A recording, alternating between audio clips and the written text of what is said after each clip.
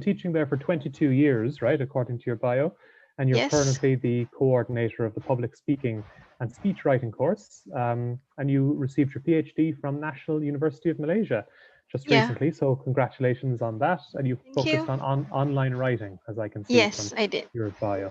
Okay, so Rowena, with that, I'll hand it over to you. So please go ahead and make your presentation. Okay. All right. Thank you. So, a very good afternoon, good morning, good evening to everyone present here, wherever you guys um, are joining us today. So, this is going to be a very preliminary, simple sharing of a little assessment that my colleague and I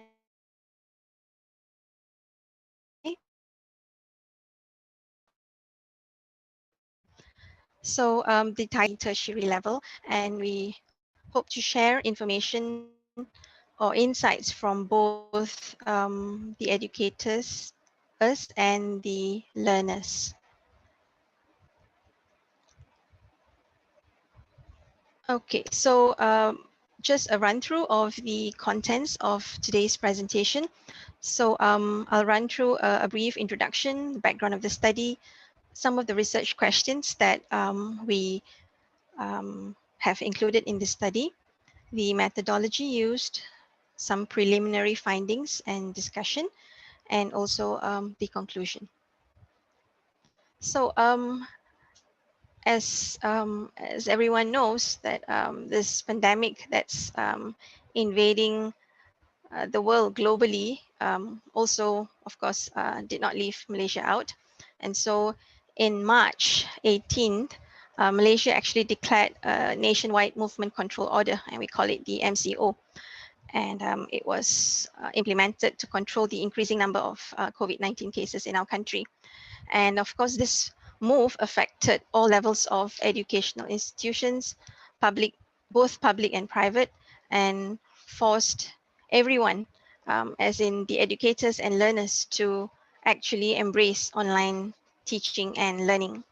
So basically, there was a shift from face-to-face instruction to online, both synchronous and asynchronous forms of teaching and learning across disciplines and levels. So I'd like to share with you the scenario that also happened at our university, University Science Malaysia. So as far as the language courses are concerned, there was a shift from the conventional face-to-face classes to online classes, and certain adjustments had to be made, and assessments had to be revised to suit online testing, since the conventional exams and assessments could not be carried out. Okay, so zooming into the focus of the study, which was the public speaking and speech writing course, we also had to go through revisions or revise the mode of assessments. And the course components, it used to be 50% exam component and 50% coursework component. And because we shifted mode, we had to change to 100% coursework component for assessment and online testing. Okay, so when we shifted to the online setting, the presentations that students had to be assessed during their course, we shifted it to online presentations, and certain aspects had to be changed in order to cater to the online presentations. So the assessments were modified, and some new criteria were set to measure the learning outcomes as fixed in as it was fixed in the course. So as the sub-theme of this conference, rethinking assessment, innovation in a crisis, basically that's what we did. We relooked at the spoken assessments, and we tried to innovate and modify it to best suit the learners and also to still measure their learning process.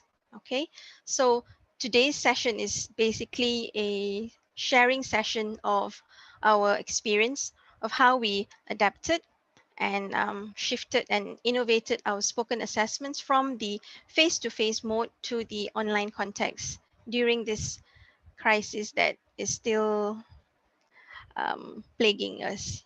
Okay, so these are the research questions that guided the study. So there is an overarching purpose of the study which guided the remaining research questions. So the overall purpose of the study was to evaluate the changes that took place in the spoken assessments during the shift from the face-to-face to the online mode. And we also wanted to see how it affected the students and us. So these are the research questions. First one is, how did students feel about the online speaking assessments? Research question 2, which assessment and learning method did students prefer, whether the conventional or the online?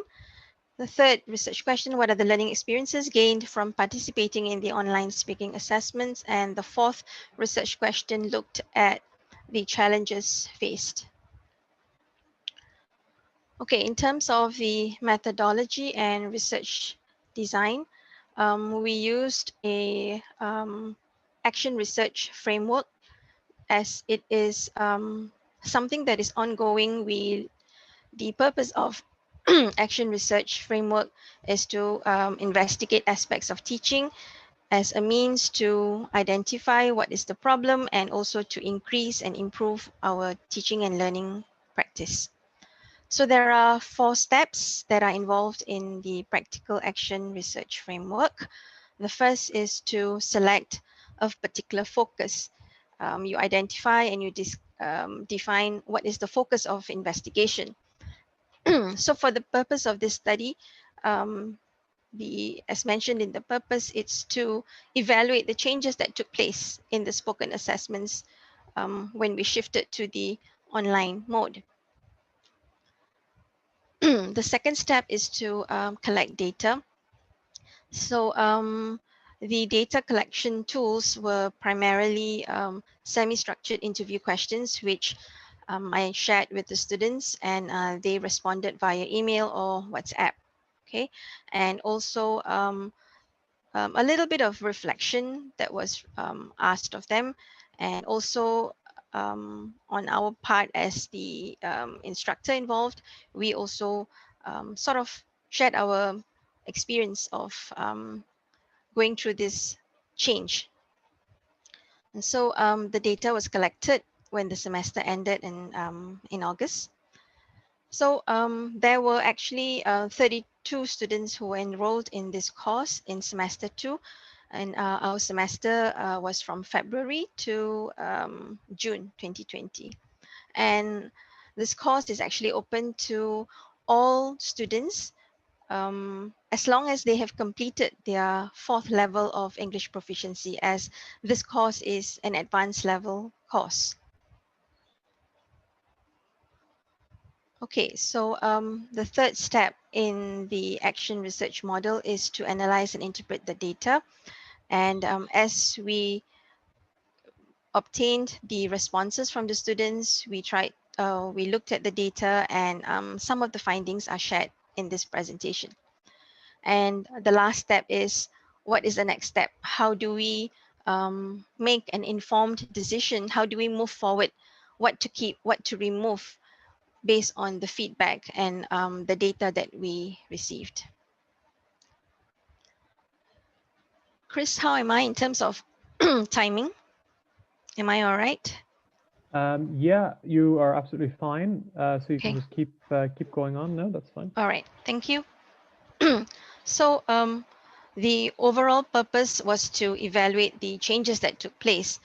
And in this particular slide, I've stated what are the changes that we made. So the first change was from exam component, 50% exam, 50% coursework component. We shifted to 100% coursework component throughout the semester. Some adjustments were made to certain assessments. And what were some of the changes? We increased certain percentage. We merged some assessments that had common learning outcomes and so on. And the mode of presentation. Now, in the conventional class, the students, of course, presented live in front of the classmates and us. So it was a live presentation. However, that did not happen in during the shift to the online mode due to internet instability and a lot of other technical issues.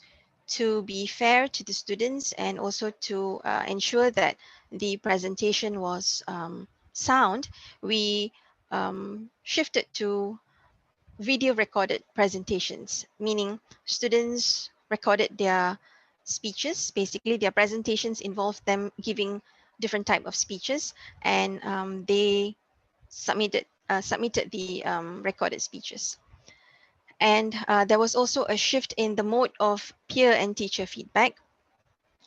Um, the feedback was usually given after the students present in class in the face-to-face mode. However, when we shifted, we still maintained this feedback component, and we changed it to online written comments in the forum posts. We have an e-learning portal called eLearn at USM, and so we used that, and students uploaded their videos in that portal, and other students were able to view their videos and provide the written comments. And a new component that was included in this shift that took place was a one-to-one phone consultation. Since the number of students is not very big, it's about 32. So we decided to have a little bit of interaction with them on the phone, especially after the feedback session. Okay. All right, now some preliminary findings and discussion. So the first question looked at how did students feel about online speaking assessments. So these were some of their general feelings about this whole movement to the online speaking assessments. So at the beginning, everyone was excited because it's a new experience. They didn't have to come to class. They could stay at home or in their rooms. They could basically just, they attended classes behind the screen. So they were all very excited. Okay, and they were also relieved that they did not have to present in front of their peers or a live audience. Most students are very nervous and they fear presenting in front of an audience, and so those who had such fears were actually very relieved that, hey, I didn't have to present in front of a live audience. And another feeling that they shared was they were also nervous because being in front of the camera and doing recording is quite a nerve-wracking experience, so they were nervous as well.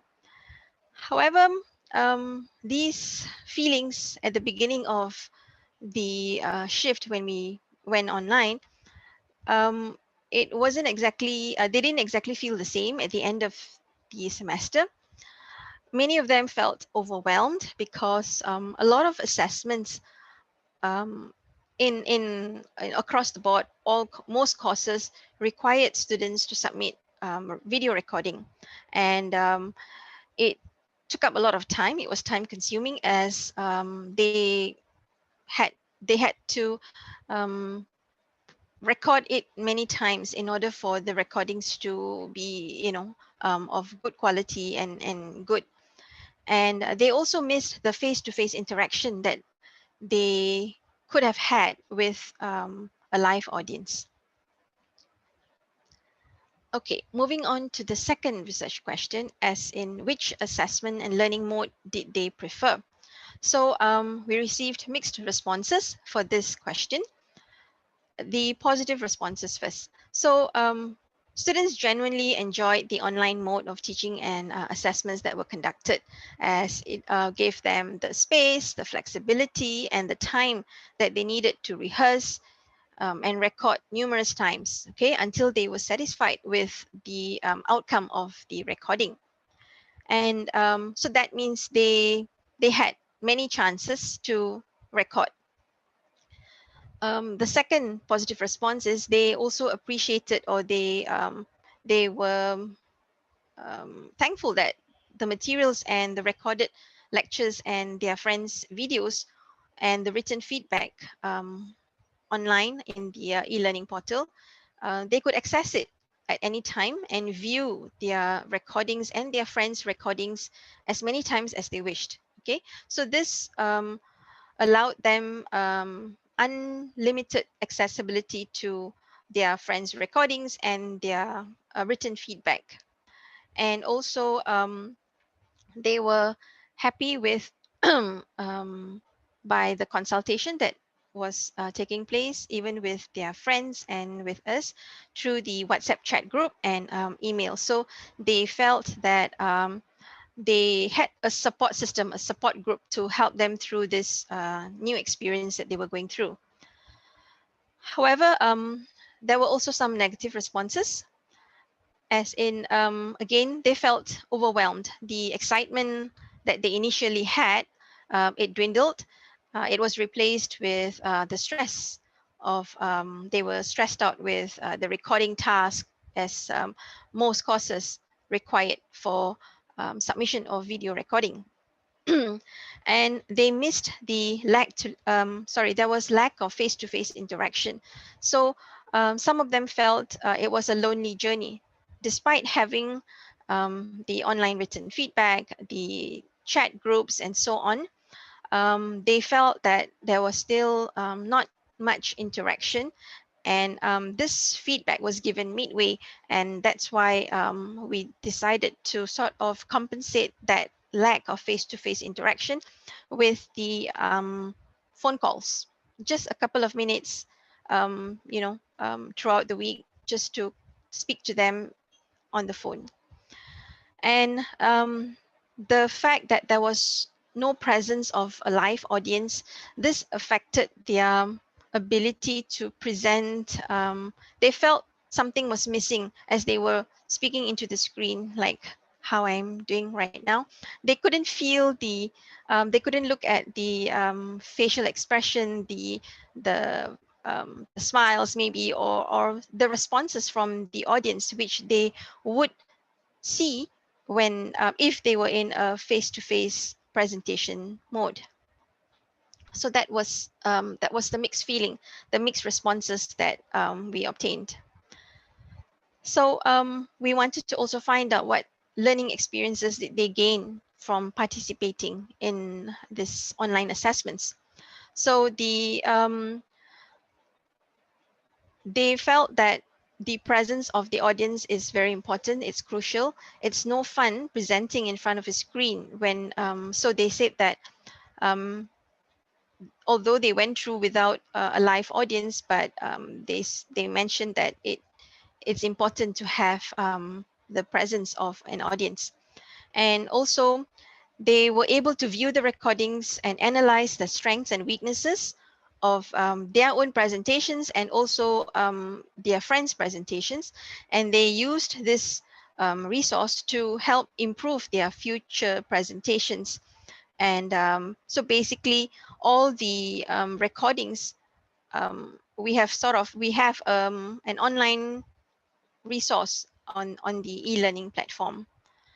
And the online written feedback given by the peers and the instructors, they found it very helpful. Sorry for the typo. Yeah, they found it very helpful that they were able to read written feedback, and they had time to digest the feedback and also to discuss with the teacher during the phone call, and also to take constructive steps to improve in their next presentation. And the process of writing online feedback to their peers, this actually helped them um, reinforce their knowledge and understanding of good and also poor presentation skills, because as they wrote their feedback, they um, because they were given a guideline to give on what items to look at to give feedback. So this helped them improve their own understanding and knowledge. And also it helped them to give constructive feedback politely. Okay. And so I think some of the challenges mentioned, these were the very um, frequently mentioned challenges. The online assessments took up a lot of time, because although they spent time, they also spent time rehearsing for face-to-face speech presentations, but when they had to do it online, it involved more time, and the recording process was the one that really took up a lot of time. And another aspect would be the viewing. Remember, I mentioned that all students had to upload their videos on the e-learning portal, and it was there for everyone to view. So part of the learning process was also to view their friends' videos and to give feedback. So that process took up some time, some extra time. Okay. And some also experienced difficulties, technical difficulties in uploading, in accessing the videos, and so on. And there was no face-to-face interaction, and this, they felt that it affected their experience of presenting in front of an audience. Some of them felt that if they had a live audience, they would have presented better. Okay, so this is our perspective on conducting the online spoken assessments. We definitely missed the face-to-face interaction with students. It is so different seeing them on screen, and even if we ask them to show their videos, to see their faces, many of them were not able to be on video because of limited internet connection and so on. So that was definitely, we missed the face-to-face interaction. And the evaluation process really took up a lot of time, because besides having our online classes, we also had to view the videos and to provide written feedback and the phone consultation. Um, and all this could have been, it's done live in the conventional setting. So this, all these additional um, processes that we had to go through because of the shift to the online mode. Okay. However, it was really, really rewarding as teachers to see students produce remarkable videos, and also to see their growth in their presentation skills. So this was a very rewarding experience also. And it was also a privilege, and we felt very proud to read the written feedback by students to their friends, because some of them really spent time evaluating the videos and giving them very good constructive written feedback.